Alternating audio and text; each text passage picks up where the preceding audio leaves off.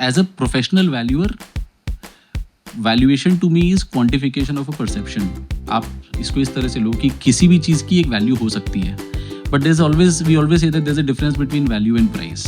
आपने जो वैल्यूएशन किया, इसकी वैलिडिटी पीरियड क्या है? सर, इसकी वैलिडिटी पीरियड होती ही नहीं है, इट्स लर्न किए जा रहा है, but is getting valued at hundreds and thousands of crores. एक बहुत बड़ी कंपनी ने हमें काम दिया अगर, राइट, और वो कह रहे हैं कि ये वैल्यू होनी चाहिए, तो आपको सेल्फ डाउट ही आ जाता है कि यार वो बोल रहे तो इतनी वैल्यू होगी, मेरी कैलकुलेशन गलत चल रही होगी, right.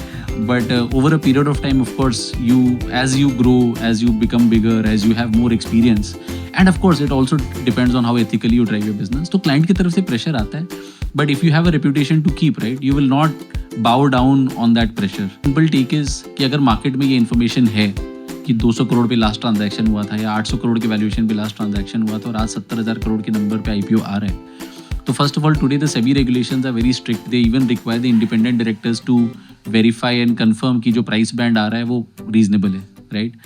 The company is a large organisation, उसके पास काफ़ी सारे इन्वेस्टर्स रहे हैं, काफ़ी बोर्ड है, तो they must have taken some conscious call कि भाई हम ये प्राइस पॉइंट किस बेसिस पे निकाल रहे हैं. Ultimately nobody comes up with an IPO to fail in that IPO. AI is a buzzword. So अब जो अनइन्फॉर्म्ड इन्वेस्टर है वो उन कंपनीज में पैसे लगाएंगे तो they will lose again. But जो इन्फॉर्म्ड इन्वेस्टर है उनको मालूम है कि मैं अगर 10 AI ड्रिवन कंपनीज में पैसे लगाऊंगा तो 2 ही सक्सेसफुल होगा, बट मुझे नहीं पता इनमें से कौन 2 सक्सेसफुल होगा. तो if I want to earn alpha from AI, I will have to put my money into 10 companies. 8 में पैसे गवाऊंगा, 2 में बनाऊंगा, बट 2 में जो बनाऊंगा वो 8 के पैसे को रिकवर कर देगा मुझे.